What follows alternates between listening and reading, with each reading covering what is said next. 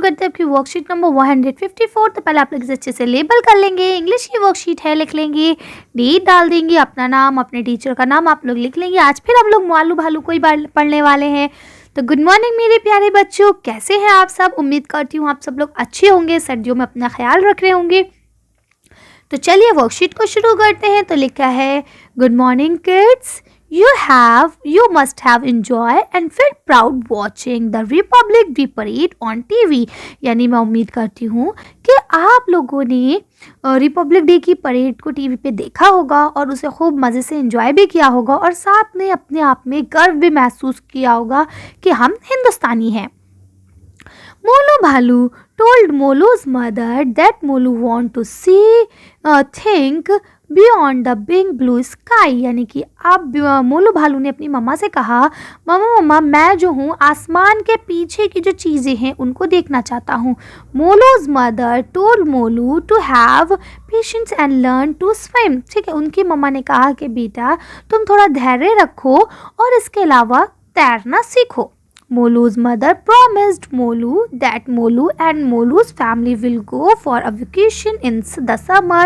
ठीक है, यानी मोलू की मम्मा ने प्रॉमिस किया कि मोलू और मोलू का पूरा परिवार, ठीक है, यानी मोलू की मम्मा ने मोलू से प्रॉमिस किया कि मोलू और मोलू का पूरा परिवार समर वेकेशन में घूमने जाएगा। Molu sad Molu is excited, यानी मोलू ने कहा वो बहुत ज़्यादा एक्साइटेड है, बहुत ज़्यादा खुश है। डू यू नो, क्या आप जानते हैं, the noun can be replaced by using certain other words in their place। यानी क्या आप जानते हैं नाउन की जगह पे हम उसे रिप्लेस करके कोई दूसरे वर्ड्स का भी इस्तेमाल कर सकते हैं। These words are called pronouns, और इन वर्ड्स को हम क्या कहते हैं? pronouns कहते हैं। Let's read the pronoun song given below। चलिए अब हम लोग pronoun का सॉन्ग पढ़ते हैं, नीचे जो आपको दिया गया है।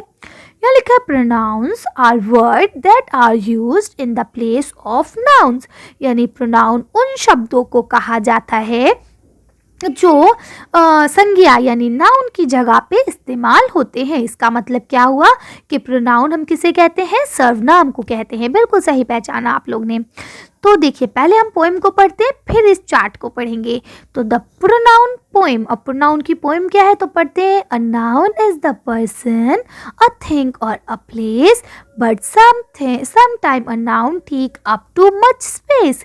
यानी कि नाउन जो है किसी नाम को, किसी जगह के नाम को या किसी इंसान के, है ना, या किसी चीज़ के नाम को कहते हैं। लेकिन कभी कदार ऐसा होता है कि नाउन जो है बहुत बार आने लगता है और बहुत ज़्यादा जगह घेरने लगता है। इफ़ शॉर्टर एंड ईजियर, यानी उसको छोटा करने के लिए और इजी करने के लिए इज़ वॉट यू नीड, तो आपको क्या चाहिए? Then cross out that noun and use one of these. उसके लिए हम क्या करेंगे? नाउन को छोटा करने के लिए उसकी जगह पर कुछ और वर्ड्स का इस्तेमाल करेंगे। एग्जाम्पल के तौर पे ही, him, her, she, them, they, us, we, I, you, it, me. इन वर्ड्स का हम इस्तेमाल करेंगे। He, him, her, she, them, they, us, we, I, you, it, me. ठीक है, तो देखिए ये फर्स्ट पर्सन हो गया, ठीक, और ये आपका सेकंड पर्सन हो गया। चले ये हम नहीं पढ़ेंगे, क्यों? अभी आप छोटे, ये आप जब आगे जाएंगे तब जानेंगे। फिलहाल आप बस इतना जानिए कि हम नाउन की जगह पे इसका इस्तेमाल कर सकते हैं। जैसे मैं कहूँ कि Ram is a good boy, ठीक है, राम एक अच्छा लड़का है। ठीक है, अब मैं राम की जगह पे राम हटा दूँ, राम हो गया नाउन, तो अब ना राम को हटा दूँ तो मैं ऐसे भी बोल सकती हूँ he is a good boy, वो एक अच्छा लड़का है।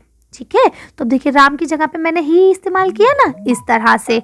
ठीक है, pronoun replace noun, pronoun replace noun, यानी प्रोनाउन जो है रिप्लेस कर देती है नाउन को, यानी नाउन की जगह पे खुद आके बैठ जाती है। ठीक है, चलिए अब हमने जैसा कहा था इस चार्ट को भी पढ़ लेते हैं। तो पोएम तो हमने पढ़ ली। अब देखिए यहाँ लिखा है pronoun, pronoun are used in place of noun, यानी प्रोनाउन को हम किसी भी नाउन की जगह पे इस्तेमाल कर सकते हैं। दे कैन बी, जैसे कि आपको दिया गया है, पर्सनल प्रोनाउन होता है और पॉजिटिव प्रोनाउन होता है। ठीक है, तो देखिए मोस्ट कॉमन और शोइंग ऑनरशिप, यानी कि वो जो अपने आप को करते हैं और वो जो अपनी चीज़ को दिखाता है कि ये मेरा है। ठीक है, तो देखिए यहाँ क्या लिखा है, सिंगुलर में क्या लिखेंगे? I, me, he, him, she, her, you, it, यानी कि मैं, मेरा, है ना। तो तुम, तुम्हारा, वो, उसका, है ना, इस तरह से। क्योंकि हमेशा याद रखिए, हम बात करने में हमेशा 3 लोग होते हैं। कितने लोग होते हैं? 3। एक वो जो बात कर रहा होता है, जैसे कि इस वक्त मैं, ठीक है, मैं आपसे बात कर रही हूँ।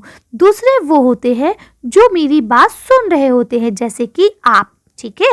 और उसके बाद एक तीसरा भी होता है जो वहाँ मौजूद नहीं होता, लेकिन उसका कहीं ना कहीं से कनेक्शन निकल आता है। फॉर एग्जाम्पल, अभी मैं कहूँ, हाँ बेटा, आपकी मैम ने तो आपको पढ़ा दिया होगा ना ये प्रोनाउन के बारे में, आप सब तो जानते होंगे, आपने 4th क्लास में पढ़ा होगा, ठीक है। तो अब देखें, यहाँ मैंने आपकी मैम का जिक्र किया, लेकिन क्या आपकी मैम हमारी बातें सुन रही है? नहीं। क्या वो यहाँ मौजूद है? नहीं। यहाँ पे तो सिर्फ हम और आप हैं, ठीक है। तो मैं हो गई फर्स्ट पर्सन क्योंकि मैं बोल रही हूँ। सेकंड पर्सन उसे कहा जाता है जो बातें सुनता है, ठीक है। और थर्ड पर्सन उसे कहा जाता है जिसकी हम बात करें लेकिन वो वहाँ मौजूद ना हो। क्लियर है आपको?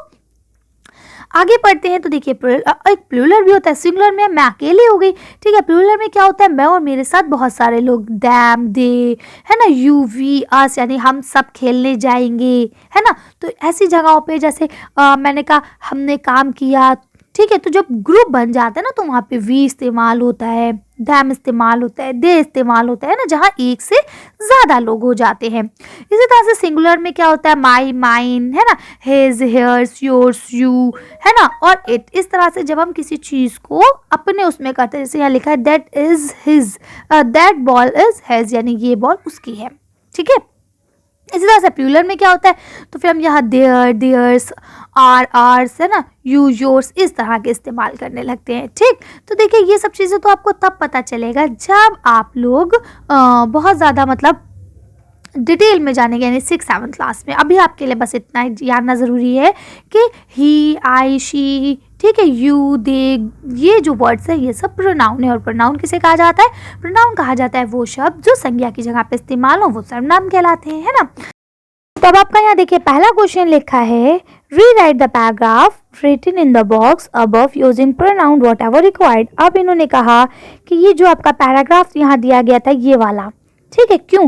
क्योंकि इसमें हर जगह मोलू, मोलू, है ना, मोलू, यानी कि हर जगह नाउन का इस्तेमाल किया गया है। अब आपको क्या करना है, इसमें नाउन हटा के नाउन की जगह पे प्रोनाउन को यूज़ करना है और इस वाले पैराग्राफ को दोबारा से आपको लिखना है। तो चलिए इस वाले पैराग्राफ को हम लोग देख लेते हैं कि दोबारा से कैसे लिखेंगे। तो देखिए, आप इस तरह से करेंगे, मोलू भालू टोल्ड हर मदर, यानी उसने अपनी मम्मा से कहा that she want to be something beyond the big blue sky, यानी वो ब्लू स्काई के पीछे जो चीज़ें हैं उनको देखना चाहती है। हर मदर, उसकी मम्मा ने कहा, टोल्ड हिम, उससे कहा, है ना, उसकी मम्मा ने उससे कहा, टू हैव पेशेंस, यानी पेशेंस रखो, धैर्य रखो, एंड लर्न टू स्विम, और तैरना सीखो। हर मदर प्रॉमिस्ड हर, यानी उसकी मम्मा उससे प्रॉमिस करती हैं, that she and her family, यानी वो और उसकी पूरा परिवार, will go for vacation in the summer, यानी वो लोग समर में घूमने के लिए जाएंगे। शी सैड, वो कहती है, शी डिस्ट्रैक्टेड, यानी वो बहुत ज़्यादा खुश है, ठीक है। तो इस तरह से आप इसे कर लेंगे आसानी से। चलिए अगला क्वेश्चन पढ़ते हैं हम लोग। आपका यहाँ क्वेश्चन नंबर जो बी दिया गया है वो लिखा है, fill in the blanks with the appropriate pronouns. अब आपको प्रोनाउंस की मदद से यहाँ पे इसे भरना है। तो पहला लिखा है, आई हैव अ डॉल, मेरे पास एक गुड़िया है, ठीक है। देखिए, जो चीज़ बेजान होती है ना उसके लिए इट शब्द का यूज़ होता है, ठीक। तो लिखा है, तो यहाँ क्या आएगा, हैज़ ब्लैक हेयर, तो क्या आएगा, इट, ठीक है। इट हैज़ ब्लैक हेयर, यानी मेरी गुड़िया है उसके काले बाल हैं। मारिया, ठीक है, लाइक्स टू कुक, यानी कि वो जो है बिल्कुल कुक की तरह है। तो यहाँ क्या आ जाएगा, she is baking a cake, तो यहाँ क्या आ जाएगा, शी, ठीक है। तो यहाँ आपका आ जाएगा इट, IT इट, और यहाँ आ जाएगा शी, SHE शी, ये रहा इट और ये रहा शी, ठीक है। उसके बाद लिखा है, द चिल्ड्रन आर हंग्री, यानी बच्चे सारे भूखे हैं। तो क्या आ जाएगा, दे, THEY, दे, ये वाला, they want to eat food, यानी वो सब खाना चाहते हैं। Hello Shyama, how are you, तो यहाँ क्या आ जाएगा, यू, यानी हेलो श्यामा, तुम कैसी हो। उसके बाद नेक्स्ट लिखा है, तरन्नुम एंड आई आर फ्रेंड्स, यानी तरन्नुम और मैं दोस्त हैं। तो क्या आ जाएगा, WEV, we spend lot of time together, क्योंकि हम दोस्त हैं इसलिए हम अपना बहुत सारा समय एक दूसरे के साथ बिताते हैं।